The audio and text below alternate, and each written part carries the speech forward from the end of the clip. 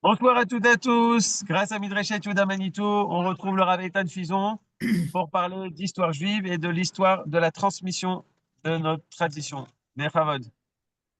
Yofi, eh bien, Rev Tov les Koulam, après avoir étudié sur Purim, tout ça, on revient dans notre histoire de la transmission de la Torah. Et si je ne m'abuse, nous étions arrivés à la fin du Talmud. Ok. Donc, si je ne m'abuse, on était arrivé à la fin de l'époque du Talmud. Et la première question qu'il faut se poser, c'est pourquoi ça s'arrête le Talmud? Oui, parce que, comprenez-moi bien, le Talmud, ce n'est pas la Mishnah. La Mishnah, c'est Rabbi Yehuda Hanassi qui, à un moment donné, décide de compiler en un bouquin tout l'enseignement du judaïsme. Le Talmud, eh bien, en fait, c'est couche après couche qu'on a les rabbins qui vont participer au débat. Pourquoi est-ce qu'il y a un moment donné où on décide d'arrêter l'écriture, enfin, d'écrire les débats et d'arrêter le Talmud? Pourquoi est-ce que ça se fait à ce moment-là et pas une génération avant, une génération après? Sauf Hora'a, la fin du Talmud, c'est communément acquis comme étant l'année 500. Mais la question, c'est pourquoi? Alors certains diront que la fin du Talmud, c'est Ravina et Ravashi. Alors c'est pas Ravina et Ravashi. Il semblerait que ça a été, la compilation a commencé avec Ravashi, mais ça s'est terminé soit à l'époque de son fils, soit à l'époque de son petit-fils. En tout cas, le fait est, comment ça se fait que le Talmud s'arrête? Eh bien les amis, le Talmud s'arrête parce qu'il y a un bouleversement. Mais quand on dit un bouleversement, c'est un raz-de-marée au niveau politique mondial à ce moment-là. Le raz-de-marée commence à Babylone. Oui, à l'époque, l'essentiel de la Torah, l'essentiel des Juifs sont à Babylone. Alors, pas tous, mais l'essentiel, les yeshivot de Soura et Pompédita, on a expliqué, elles sont à Babylone. À ce moment-là, eh bien, arrive dans la région, c'est le roi de la région. Il s'appelle Yisdegard numéro 2. Et Yisdegard numéro 2, qui est le roi de l'Empire perse de l'époque, donc qui domine toutes les communautés juives qui sont là-bas, eh bien, il impose une terreur religieuse et toutes les minorités doivent se convertir à la religion perse de l'époque. Et celui qui ne le fait pas, bien, il est poursuivi. Il est poursuivi et Dino Lamout. Il va interdire aux Juifs de faire le schéma, il va interdire aux Juifs de faire le Shabbat. Mais alors qu'est-ce qu'on fait? Ça, c'est le premier bouleversement pour nous. Les Juifs au sein du royaume de Isdegard Hachéni, eh bien, donc au sein de ce qui était Babylone à l'époque, tout d'un coup, ne peuvent plus se poser. Parce que l'un des trucs que va faire Isdegard, et c'est le pire qu'il puisse faire, il arrête Rosh Hagolah. On annule le pouvoir pseudo-politique du peuple juif. Et en quoi ça va avoir un impact au niveau de la transmission de la Torah? Eh bien, on avait dit la dernière fois que celui qui donne la samrout, c'est-à-dire l'autorité religieuse aux yeshivot de Soura et Pompédita, c'est le Rosh Hagolah. Et donc, à partir du moment où il ne peut plus y avoir de Rosh Hagolah, il n'y a plus non plus de légitimité aux yeshivot de Babylone. Et donc, c'est le premier grand raz-de-marée au niveau de la Torah. Le deuxième raz-de-marée au niveau de la Torah, c'est que, alors il fait quoi le dernier Rosh Galuta? Eh bien, il s'enfuit. Il s'appelle Marzoutra ben Marzoutra, donc Monsieur Zoutra, fils de Monsieur Zoutra. Il fuit en Eretz Israël. Quoi? Vous allez me dire qu'en Eretz Israël, c'est mieux? La situation est meilleure? Eh bien, paradoxalement, le seul endroit qui garde plus ou moins un semblant de stabilité à ce moment-là, c'est Eretz Israël. Pourquoi? Parce que Eretz Israël est dominé par les chrétiens d'Orient. C'est encore l'Empire byzantin là-bas. Je dis là-bas parce que quand on parle de chamboulement, les amis, on ne peut pas faire impasse sur l'année 476. Les amis, 476, c'est la chute de Rome. Zéo, l'Empire romain d'Occident est détruit par les invasions barbares, les Goths et Visigoths et Ostrogoths et tous les Goths. Bekitsour, qu'est-ce que ça veut dire pour nous? Ben, ça veut dire que les communautés qui étaient en Europe occidentale cessent d'émettre. La communauté des Juifs de Rome est soumise à un chamboulement terrible. Autant vous dire que cette époque-là, des années 500, c'est des guerres partout dans le monde. C'est pas une guerre mondiale, mais c'est des guerres un peu partout dans le monde. Les communications sont coupées, les chemins sont fermés. Bekitsour, c'est la fin d'une période. Dans le langage commun général, on parle de cette époque comme étant la fin de l'Antiquité.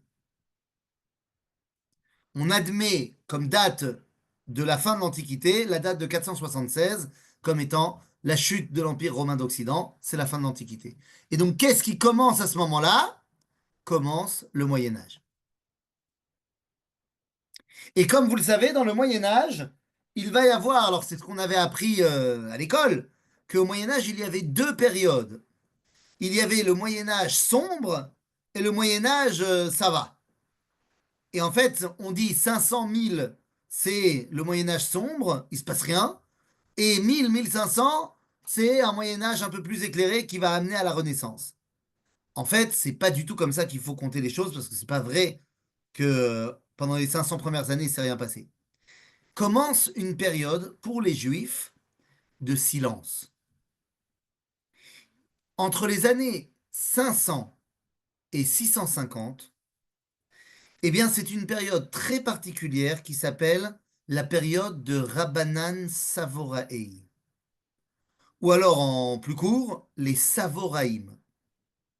Mazé Savoraïm. Savoraïm, ça vient du mot svara.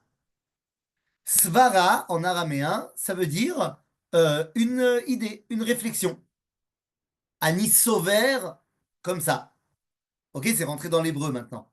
Maintenant, la svara, c'est en fait tous ceux qui arrivent après le Talmud et qui vont émettre des premières réflexions sur ce qui a été mis en place dans le Talmud et qui vont même des fois contredire le Talmud. Par exemple, la première page et demie du traité de Kiddushin dans le Talmud n'a pas été écrit par les mecs du Talmud. Il a été rajouté plus tard par les Savoraïm. Ils se permettent pas mal de choses. La question est de savoir, est-ce que nous, nous les Juifs aujourd'hui, nous sommes soumis à l'autorité des Savoraïm ou pas? Parce que, et là je préfère le dire, le Talmud nous impose tous. Vachelaï lama. Pourquoi est-ce que jusqu'à présent, le Talmud sert de point de référence à tout le peuple juif? Pour une raison pragmatique et très simple, les Juifs ont accepté le Talmud. Comme les Juifs ont accepté, Israël a accepté le Talmud. C'est le dernier ouvrage de référence que tout Israël a accepté. Résultat des courses, mesdames et messieurs, on peut être rolek sur qui on veut, sauf sur le Talmud. C'est-à-dire, à partir du Talmud jusqu'à aujourd'hui, s'il y a un rabbin qui a dit un truc, t'es pas obligé d'accepter. Mais personne n'est rolek sur le Talmud. Ou alors, il faut utiliser le Talmud pour être rolek sur le Talmud. Talmud Bavli, Yerushalmi. Mais le Talmud fait autorité dans tous les Corans juifs. Ok? Sauf que, et c'est là que ça va être important, lorsque les Savoraïm arrivent, eux, ils disent, nous avons la légitimité de continuer l'enseignement. Sauf qu'ils ne vont pas avoir la même aura dans le peuple juif, ce qui fait qu'aujourd'hui, eh ben on peut l'achlok al savoraïm, alors qu'on ne s'autorise pas à l'achlok, à être en marloquette sur le Talmud. La période des Savoraïm, c'est une période de 150 ans qui est très pauvre au niveau de l'écriture. Il n'y a pratiquement pas d'écrit des Savoraïm. Une phrase là, une phrase là, une page là, une page là, mais c'est très très faible. Encore une fois, c'est une époque où la pensée ne peut pas se balader, où les Juifs sont obligés de survivre au gré du temps. On ne peut pas s'asseoir et étudier la Torah tranquillement. Le seul endroit où on réétudie la Torah de manière un peu plus calme, c'est en Eretz Israël. Alors que pendant la première période byzantine, en Israël, au contraire, c'était des rédifotes, c'était terrible, et c'est pour ça que le Talmud Yerushalmi s'est arrêté. Dans les années 600 à 650, eh bien, c'est en Eretz Israël qui fait le mieux vivre quand on est juif. Ça va pas durer très longtemps. Parce que cette période de 150 ans vient être brisée au 7e siècle. Au 7e siècle, le monde entier change et le monde juif va être le plus impacté. Qu'est-ce qui se passe en l'an 622? Alors, je n'ai pas entendu ce que tu as dit, Brigitte, mais je suis d'accord avec toi. Je ne sais pas. Il y a un certain... L'islam? Hmm. Eh oui, il y a un certain Mahomet qui arrive. Mais les amis, c'est un chamboulement. Chamboulement. Alors, non seulement parce que l'islam naît, mais au-delà de ça, parce que dans les terres de l'islam, eh ben, il y a énormément de juifs. Quelle est la situation des juifs dans les terres de l'islam, de ce nouvel islam qui arrive? Puisque, les amis, en quelques années, quelques dizaines d'années, les conquêtes musulmanes vont arriver partout. Alors il y a la période Mahomet et il y a la période post-Mahomet. C'est quoi la période Mahomet? Qu'est-ce que ça nous, pour nous? Je veux dire, ce qui nous intéresse, et on ne fait pas un cours uniquement d'histoire. Nous, ce qui nous intéresse, c'est l'histoire juive. La période Mahomet voit les événements de Khaybar. Mais c'est Khaybar. Les amis, nous sommes en 623. En 623, dans la péninsule arabique. Et là-bas, dans la péninsule arabique, c'est là où va commencer à bosser Mahomet, et il y a une très grande communauté juive. Et cette très grande communauté juive va être massacrée. Et le combat le plus connu et le plus important va être le combat de Khaybar. Khaybar, lorsque vous avez aujourd'hui un terroriste arabe qui veut dire une chanson anti-nous, il va le dire Khaybar, Khaybar Yaoud. Rappelez-vous, juifs de Khaybar, on revient faire la même chose. Les juifs de Khaybar ont été massacrés par Mahomet. Alors, je ne vais pas faire toute l'histoire de Mahomet et les juifs de la péninsule arabique, mais ce qui est important de se rappeler, c'est que finalement les juifs de Khaybar ont été massacrés, mais pas tous. Et finalement, les juifs de Khaybar vont se réorganiser et vont même recréer une autonomie juive dans tout le monde arabe, là-bas dans la région de Khaybar, dans les montagnes là-bas, et ils vont créer un royaume juif qui va rester pendant 1000 ans. Un royaume juif au plein cœur des terres arabes. Ça, c'est une histoire absolument incroyable. Mais elle est complètement en parallèle, si vous voulez, du reste de l'histoire juive. Peut-être qu'on en reparlera à un moment donné. En tout cas, ben, notre histoire continue. Parce que pour le peuple juif, bah, on a dit, tout change. Mais oui, évidemment, tout change. Pourquoi tout change? Mais parce que ça y est, les musulmans arrivent. Bon, ben alors, qu'est-ce qui se passe? Qu'est-ce que ça change pour nous que les musulmans arrivent? Ben, les musulmans vont conquérir toute la région où il y avait des juifs. Ce qui fait que pour la première fois depuis le Beth Amikdash, tous les juifs vont être soumis à la même ambiance politique. La première dynastie arabe qui règne dans la région, c'est la dynastie des Omeyyades, qui a pour capitale Damas. Mais après cela, la capitale du monde arabe passe à Bagdad, donc à Babylone, et tous les juifs pratiquement du monde sont sous l'emprise du sultan et sont sous domination de l'islam. Pratiquement tous les juifs du monde. Alors, pas la communauté des juifs de Rome, mais à part eux, plus ou moins tous les juifs du monde sont sous domination musulmane.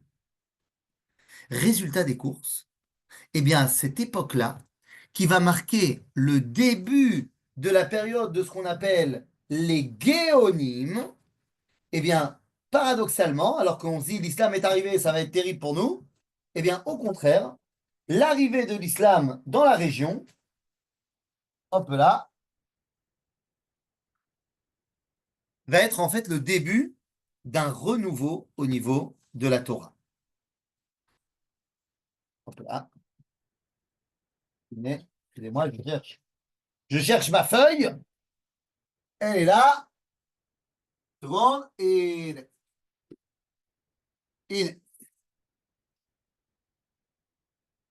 hop là. Et là, ma caméra, elle est partie sur mon armoire. C'est normal, tout va bien. Elle croit qu'elle est intelligente.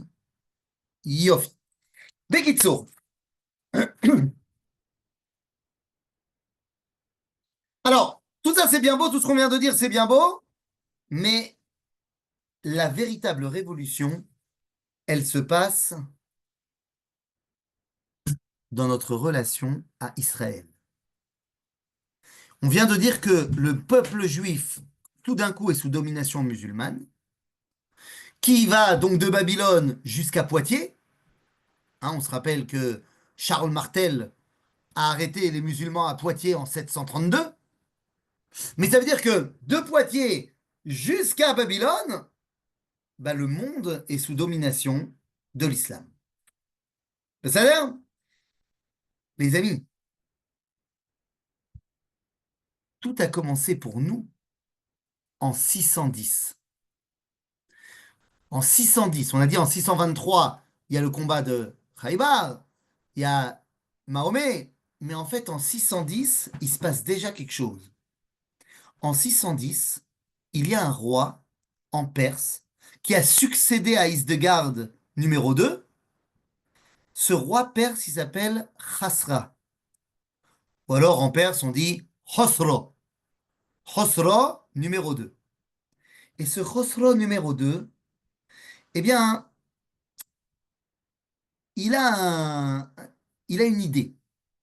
Il a une idée qui lui a été mise dans la tête par le dernier responsable des Juifs, qui n'a pas été exilé comme Marzoutra ben Marzoutra, qui s'appelle Rouchiel.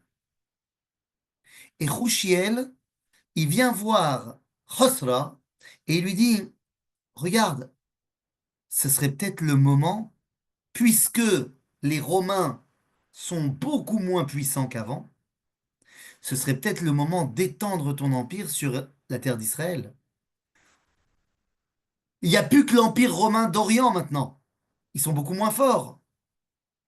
Viens, on va conquérir Jérusalem, conquérir toute cette région-là du monde. En plus, ça te donnera un port sur la Méditerranée. Tu vas tout gagner. Et Khosrow, il dit, OK, mais qu'est-ce que tu veux en échange? Écoute, moi, si tu es d'accord de marcher avec moi, je te donne une armée juive pour t'aider, mais il faut que tu me donnes Jérusalem à la fin de l'histoire. Et Khosrow, il dit, OK. Notre Rouchiel, il va même prendre contact avec un certain Rabbi Binyamin Mitveria, Rabbi Benjamin de Tibériade. Et ensemble, Rouchiel et Rabbi Binyamin vont créer une armée de 22 000 hommes. 10 000 sur place des Juifs d'Eretz Israël et 12 000 qui arrivent de Babylone. Et avec cette armée-là, Chosra va conquérir la région. Et là, c'est tout bénef. C'est bon, on a gagné. Sauf que non. Parce que finalement, Chosra, eh bien, se retourne sa veste et ne permet pas aux Juifs d'avoir Jérusalem.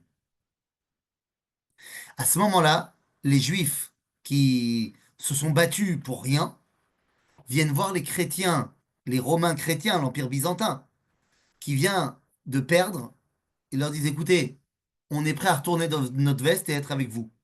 Parce que eux, ils nous ont trahis, alors maintenant on est avec vous. On reprend Jérusalem, mais vous nous la donnez après, hein. Et les chrétiens disent, ok, ils reprennent Jérusalem, sauf que les chrétiens ne nous la donnent pas. Makorepo. À ce moment-là, arrive de l'Est un nouveau conquérant. Nous sommes à l'époque musulmane. Et c'est à ce moment-là que va arriver le calife Omar ibn el-Khattab. Le calife Omar, qui va succéder, c'est le troisième calife qui succède après Mahomet. Et Omar ibn el-Khattab, il est le beau-frère, oui messieurs, dames, du Rosh Hagolah. Ah oui, parce que la Resh Galuta, il a été remis en place, puisque maintenant c'est les musulmans qui gèrent, c'est plus l'autre Perse. Et le beau-frère, il est le beau-frère de Boustenaï. Et Boustenaï, il a une femme, et sa femme, elle a une sœur, et sa sœur, elle a été prise par Omar ibn el-Khattab. Bon, c'est toute une histoire, cette histoire. Sauf qu'au final, venez, on la fait courte. Omar va permettre aux Juifs de reconstruire le Beth Amikdash. Vous connaissez un certain monument qui est construit sur le mont du Temple, qui n'a absolument pas la forme d'un monument musulman, avec un certain dôme? Bon, les amis, j'en dis pas plus.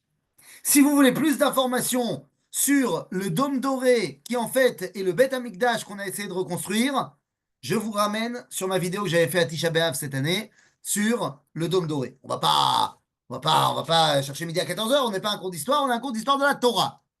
Bon, alors très bien. Le monde juif, pratiquement dans son ensemble, est sous domination musulmane, ce qui va permettre une stabilité au niveau des rabbins.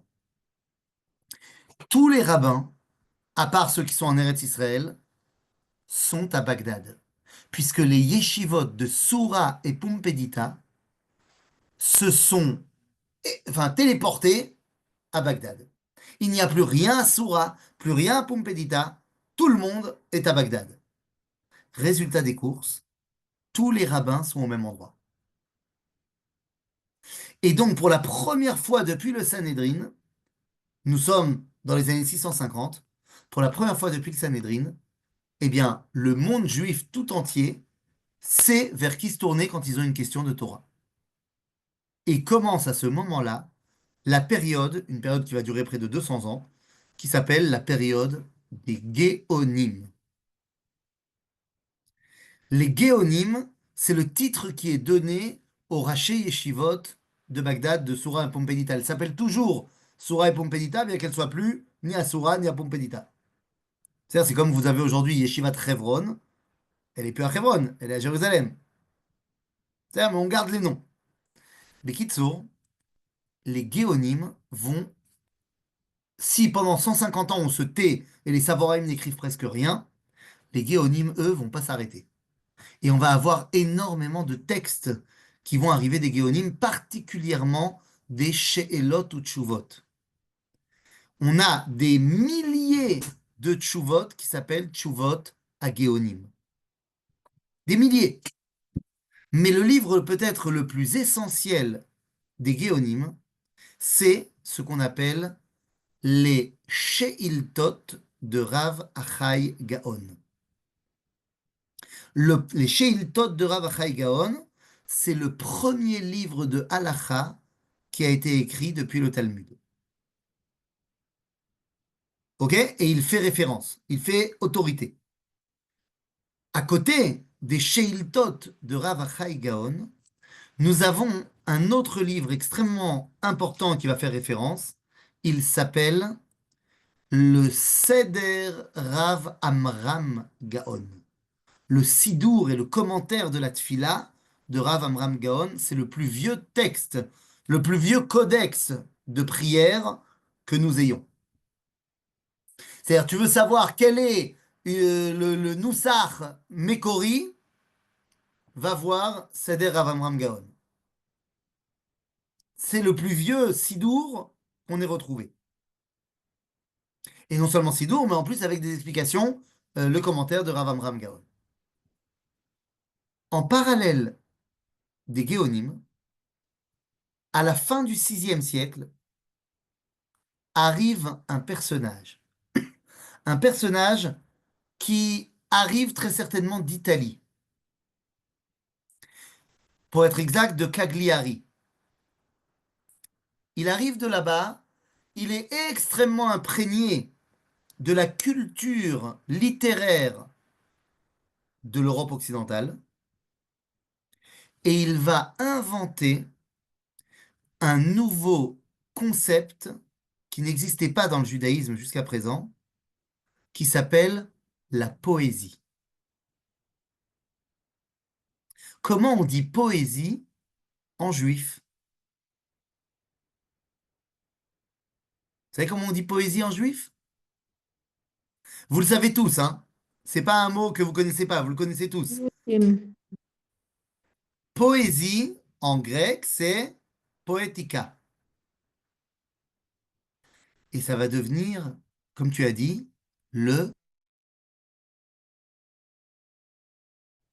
les piyutim. Vous connaissez les piyutim? Ben oui, on connaît les piyutim. Les chansons. Eh bien, c'est de la poésie. C'est pour la première fois, on va enseigner la Torah, on va écrire, mais pas seulement des chansons, des divrei Torah en vers, en alexandrin, en piyut, en poésie. Le patron de la poésie s'appelle Rabbi Eliezer Akalir. Rabbi Eliezer Akalir, il va être beaucoup plus connu dans le monde ashkénaze que dans le monde séfarade. C'est très intéressant parce qu'aujourd'hui, c'est d'Afka l'inverse. C'est dans le monde séfarade que les piyutim, ils sont devenus, ils ont pignon sur rue, alors que chez les ashkénazim, beaucoup moins. Mais à l'origine, bon d'abord, à l'origine, on ne parle pas de ashkénaz ou séfarade, on est bien avant la séparation ashkénaz-séfarade, mais Rabbi Eliezer Akalir est beaucoup plus connu dans le monde ashkénaz que dans le monde séfarade. Kitso, Rabbi Eliezer Akalir, il va créer le concept d'étude de la Torah par les piyutim. C'est très important parce que ça permet le fait de transmettre la Torah par vers, ça permet de la rendre euh, apprenable par cœur. C'est un moyen mémotechnique de se rappeler. C'est plus facile de se rappeler des choses qui sont une poésie que juste de la prose. Quand on devait apprendre du par cœur, nous à l'école, on nous faisait apprendre des poésies. On ne nous faisait pas apprendre des textes prosaïques. Eh bien, Rabbi Eliezer Akalir, l'une des raisons pour lesquelles lui, et d'ailleurs tous ceux qui vont venir après lui, vont enseigner de manière poétique, c'est pour que les gens puissent les intégrer. Bon, c'est aussi pour pouvoir dire des choses qu'on n'aurait pas osé dire dans un texte prosaïque. Parce que quand on va sur le terrain de la poésie, on se permet de dire des choses qu'on ne dirait pas autrement. Et c'est pour ça que va commencer à se développer, à cette époque-là, l'enseignement de la Kabbalah. Rabbi Eliezer Akalir fait partie des Mekoubalim. Et on va commencer à avoir une séparation très nette entre Torah Taniglé et Torah Tanistar. Les amis, ça, c'est peut-être le plus grand changement de cette époque-là. Dans le Talmud, il y a des gens enfin, je veux dire, les rabbins, c'est les mêmes qui enseignent ça et ça. Il y a des Mahamarim qui sont de la halakha, de Rabbi Shimon Bar Yochai, et il y a aussi le Zohar de Rabbi Shimon Bar Yochai. C'est-à-dire qu'il n'y a pas de différence entre les différents enseignants, Torah Tassod, Torah Taniglé, ça va ensemble. Mais à partir des Piyutim, à partir du 7e siècle, on va commencer à avoir des rabbins qui sont plus spécialistes de la halakha et d'autres qui sont plus spécialistes de la Kabbalah. Et ça va être le début d'une grande séparation qu'on n'a pas vraiment réunie aujourd'hui. C'est-à-dire qu'encore aujourd'hui, eh ben, on fait la différence entre les rabbins du Niglé et les rabbins du Nistar. C'est une grande erreur. Il ne faut pas faire de différence. Parce que les grands Mekoubalim étaient aussi les plus grands poské halacha. C'est-à-dire que l'inverse n'est pas vrai. Tu as des rabbins qui sont que dans l'enseignement de la Torah dévoilée et qui ne connaissent rien à la Kabbalah. Mais, il y a mais tous les Mekoubalim, ils connaissaient la halacha. Et donc, ben, on est toujours dans cette même idée. Et maintenant, je pose la question, qu'en est-il de Jérusalem? Qu'en est-il d'Israël à ce moment-là? Est-ce que on serait pas tenté par un petit retour en Israël? Réponse, non. On n'est pas tenté à ce moment-là par un retour en Israël. Vous savez pourquoi? Peut-être le mot flemmardise est le bon mot. Rappelez-vous que depuis Babylone jusqu'à l'Europe, c'est le même pays. C'est le califat islamique. Bah, les gens, ils ont la flemme de bouger, puisque de toute façon, c'est la même chose. Et alors que on aurait pu arriver en Eretz Israël, puisqu'en fait, rien ne change, rien ne sépare, je ne sais pas moi, la Syrie de la Jordanie, de Israël, de la Grèce, de, comment dire, au sud, de la Libye.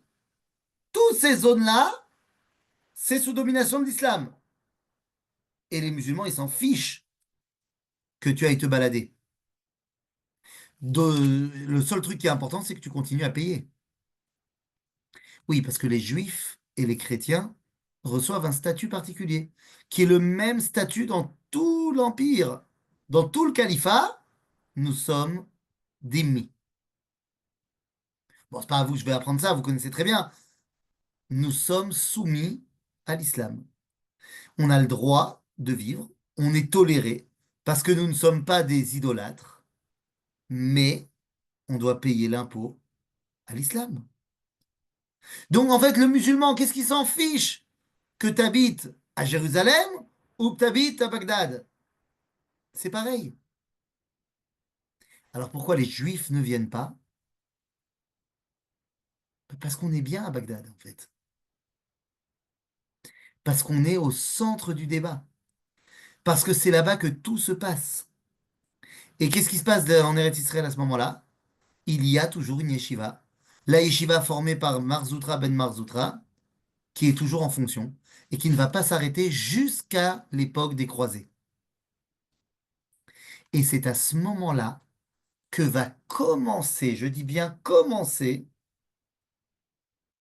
la séparation entre ce qu'on va appeler la halakha séfarade et la halakha ashkénaze. On est avant la séparation ashkénaze-séfarade. C'est-à-dire, on est avant. La séparation ashkénaze-séfarade, ça va commencer vers les années 1000, un peu avant, vers les années 900. Mais l'influence de la Torah et de la halakha séfarade, elle vient de Babylone, de Bagdad, des yeshivot là-bas. La tradition ashkénaze, elle vient d'Eretz Israël. C'est-à-dire, lorsque tu envoies une question, quand tu as un juif qui habite dans la vallée du Rhin, et que tu veux envoyer une question au rabbin pour te répondre, à quel rabbin t'envoies? Ben, tu envoies au rabbin d'Eretz Israël. Alors que dans tout le reste du monde juif, on envoie les questions à Bagdad, au Rocher Yeshivot de Surah et Pompédita. Bon, en même temps, c'est très logique. C'est beaucoup plus près. Bah, quand tu es en Allemagne, c'est plus près d'envoyer la lettre à Israël plutôt que de l'envoyer à Bagdad. Donc, c'est logique que l'influence des yeshivot de la yeshiva d'Eretz Israël a été plus importante que l'influence des yeshivot de Bagdad pour ce qui est de l'Europe occidentale. Et c'est pour ça que on va avoir pas mal de halachot chez les Ashkenazim qui trouvent leur source dans le Yerushalmi, alors que la majorité des halachot du monde séfarade trouvent leur source dans le Talmud à Bavli. Maintenant, le danger, c'est quoi? Bah, le problème du Talmud Yerushalmi, c'est qu'il n'est pas complet. Pourquoi est-ce que le Talmud de Babylone a gagné et a pris le pas sur le Talmud de Jérusalem? Bah, c'est parce que le Talmud de Babylone est pratiquement complet, pas totalement, mais presque, et que le Talmud Yerushalmi, il est extrêmement tronqué et manquant. Deuxième problème, parce qu'on n'a jamais arrêté d'étudier le Talmud de Babylone, alors que le Talmud de Jérusalem, il était en dents de scie. Et donc, c'est ça qui va faire qu'au final, eh bien, on est posek halacha plus comme le Bavli que comme le Yerushalmi. Même si ces dernières années, il y a une volonté de revenir au Yerushalmi, il n'empêche que le Bavli s'est imposé. Donc tout ça, les amis, nous amène à cette période du 8e siècle, puisque entre les années 650 et les années 850, nous avons la période des Géonim. Et cette période des Géonim va se terminer sur une marloquette absolument incroyable qui aurait pu amener à la scission du peuple juif en deux parties. Quelle est cette marloquette? Il faut vraiment que ce soit une marloquette sur un point important, parce que sinon il n'y a pas de raison de scinder le peuple juif en deux. Alors quel est le sujet qui a failli amener le peuple juif à se scinder? Molad Zaken.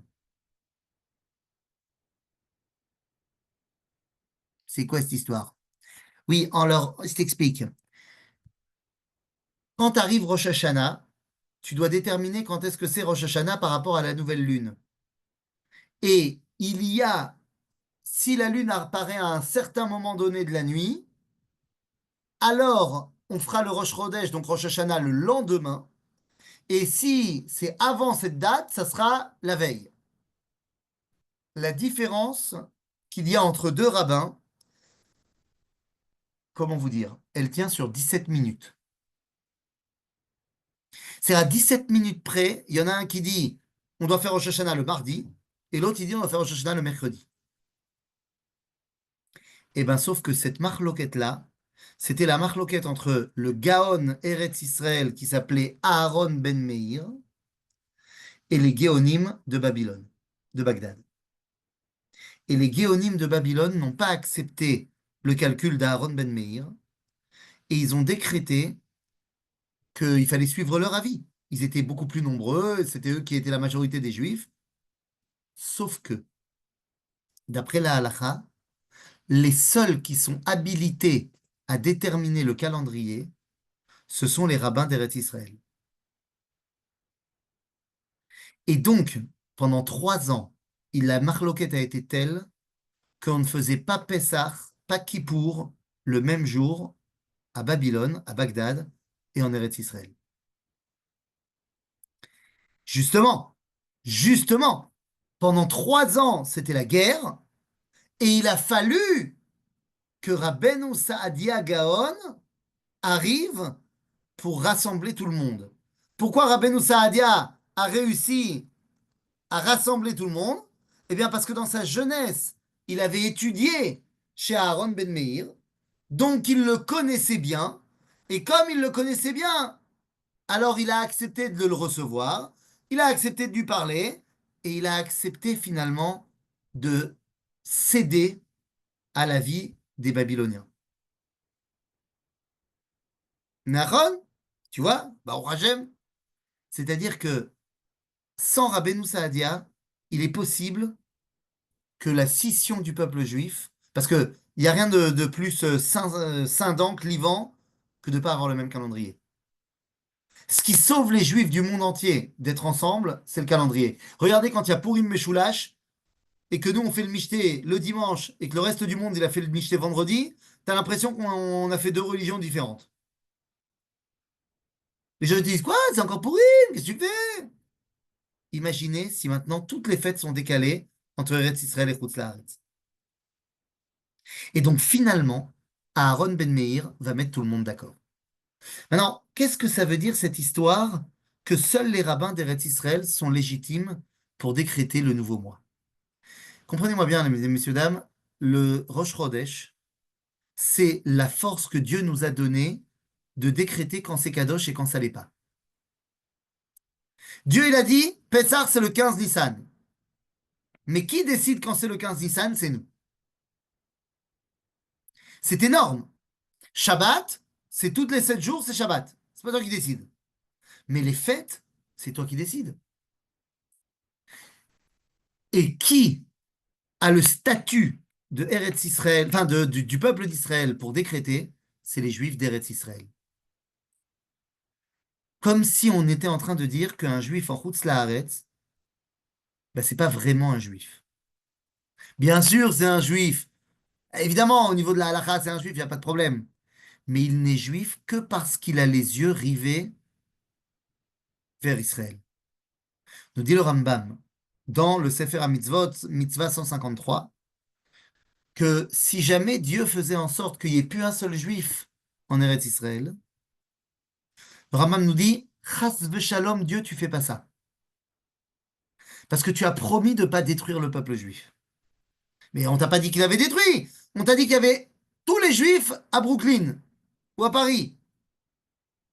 Et le Rambam nous dit, s'il n'y a plus de juifs en Israël, il n'y a plus d'hommes en Israël. Parce que ceux qui tiennent la vérité du peuple juif, ceux qui tiennent l'authenticité de l'identité d'Israël, c'est les juifs d'Eretz Israël.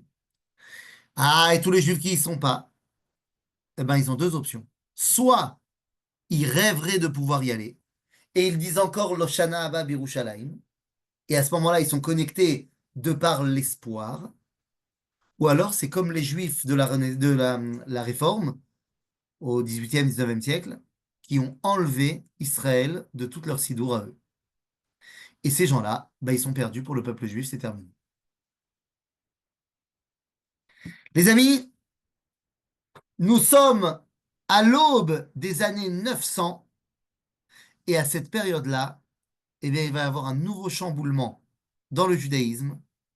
Le monde de Babylone s'effondre et il laisse la place à deux nouveaux centres juifs, un dans la vallée du Rhin et un en Espagne. Nous arrivons à l'avènement de ce qu'on va appeler plus tard Ashkenazim et Sfaradim. Mais ça, c'est une autre histoire. Et ça sera pour la prochaine fois. Chazak ou Baruch. S'il y a des Toda Rabba, questions, Eitan. c'est à vous de jouer. Et ouais, est-ce qu'il peut... Varaba, magnifique. Ouais, ouais, vous pouvez ouvrir les micros, hein. Daraba. Bevakasha. On ne convertissait pas dans toutes ces régions-là les Juifs à l'islam? Il n'y avait pas de Ah, bien conversion? sûr. Il y a eu beaucoup de conversions, évidemment, évidemment. Mais là, on fait un cours sur l'évolution de la Torah, pas sur l'évolution de l'islamologie. Mais effectivement, il y avait plein de conversions, bien sûr. Maintenant, attention, les musulmans, ils ne veulent pas convertir tous les juifs. Parce qu'un musulman, il ne paye pas le même impôt. Et donc, ils sont bien contents d'avoir des juifs et des chrétiens qui payent l'impôt du dhimmi. Donc, il ne faut pas trop convertir non plus. Mais on n'a pas dit pourquoi le Talmud s'est arrêté là. Ah, bah si, le Talmud s'est arrêté à cause des événements. C'est-à-dire qu'on ne pouvait plus s'installer. On ne pouvait plus étudier tranquillement. C'était la période, on a dit, dans l'année 500, où c'est la guerre partout. Les gens Mais peuvent pourquoi plus. ça n'a pas repris? Ah, bah parce qu'une fois que les choses se sont stabilisées. Il n'y avait plus, si tu veux, la légitimité politique, il n'y avait plus le Resh Galuta, il n'y avait plus la possibilité de se poser tranquillement. Ça aurait pu reprendre sous le régime musulman. Oui, tu as dit tout à l'heure qu'ils Ouais. étaient revenus, le Resh D'accord. Galuta. D'accord. Ça aurait pu reprendre et ça n'a pas repris. Ah, ah. C'est-à-dire que les Géonim, ils n'ont pas la même légitimité que le Talmud. Mais ça aurait pu. C'est nous qui avons décidé de ne pas leur donner cette légitimité-là. Il n'y a pas de vraie raison à cela. C'est pas qu'ils étaient moins Chachamim ou plus Chachamim. À partir du moment où on a arrêté la légitimité octroyée au Talmud, c'est plus jamais revenu. Il faudrait faire revenir, hein. Non, mais on a l'impression qu'il y a quelque chose qui s'arrête alors que normalement, euh, les Juifs, ils tiennent compte de la réalité de l'évolution historique quand même, la halakha et la shon la lechet, non? Bien sûr, Des mais choses comme ça. justement, attends, mais la halakha, elle s'est pas arrêtée. C'est juste Oui, que, mais c'est juste que maintenant, chacun dans son endroit, il va comprendre comme il comprend et les autres, eh ben, c'est les autres. Mhm. Non. Non, mais tu as raison, que l'heure est plus que venue de dire, bon, bah alors, les amis, maintenant, vous êtes bien gentils, on a reconstruit un État, on a reconstruit une rabbanoute. Il est temps que le grand rabbinat d'Israël soit possède pour tout le peuple juif. Ben, on n'en prend pas le chemin. On n'en prend pas le chemin. Tu sais pourquoi? Parce que la façon dont on choisit le grand rabbin d'Israël est une erreur. Et oui, il Clairement. faut- mais non, mais pourquoi c'est une erreur? Parce qu'on ne demande pas l'avis au peuple. Mhm. Il faut faire un référendum pour choisir le grand rabbin d'Israël. Pourquoi tu dis ça? Jamais les rabbins n'ont été choisis par la base. Ils ont été reconnus par la base. Au contraire, le rabbin n'a pas de légitimité si la communauté ne l'accepte pas. Le Gaon de Vilna n'était pas le rabbin de Vilna. Parce que c'est pas lui qui avait été choisi par la communauté. Et la communauté avait choisi un rabbin qui était beaucoup moins grand que le Gaon de Vilna. Mais c'était lui qui avait été choisi par la communauté. La, la base du Rav pour que sa Torah elle soit reconnue, bah, c'est que les gens ils la reconnaissent. Sinon ça ne peut pas marcher. Tu sais, il y a eu un grand débat récemment sur la légitimité du Pniné Halacha du Rav Melamed, qui a été traduit en français, tout ça, machin. Il y a un grand débat. Et il est remis en cause aujourd'hui dans plein de milieux, y compris les milieux sionistes, qui étaient très contents du Rav Melamed jusqu'à présent. Pourquoi il y a eu cette marloquette? Parce qu'il a fait deux trucs, oi va voy de oi va voy. Il a sorti un bouquin où il parle de relations entre les hommes et les femmes, où il est possède des choses pas mainstream. Et, alors voilà, je pense que tu voulais pas dire Hot Hiller, mais qu'effectivement, il a fait un zoom avec Delphine Orviller. À partir de là, il y a eu marloquette sur ses livres, machin. Nan, nan. Le Rav Cherki, je lui ai demandé ce qu'il en pensait. Il m'a dit, mais on s'en fiche de cette marloquette. Ce qui va trancher, c'est est-ce que le peuple juif, il étudie le Pnina Halacha ou pas? C'est-à-dire, dans 20 ans, qui sera le livre de référence de Halacha de la génération? Ben, on verra. Si c'est le Pnina Halacha, ben, ce sera le Pnina Halacha. Et Agav, ça en prend le chemin. Donc, c'est lui, le peuple juif, qui détermine qui est légitime et qui n'est pas. Et il faut faire confiance au Ham Israël. On a un roi HaKodesh dans le clan Israël. On sait qui on met en avant et qui on met pas en avant. C'est chachouv. תודה רבה. Chazak U'Baruch. להתראות. Kol tov. Merci beaucoup. Merci beaucoup. Kol tov. Kol tov.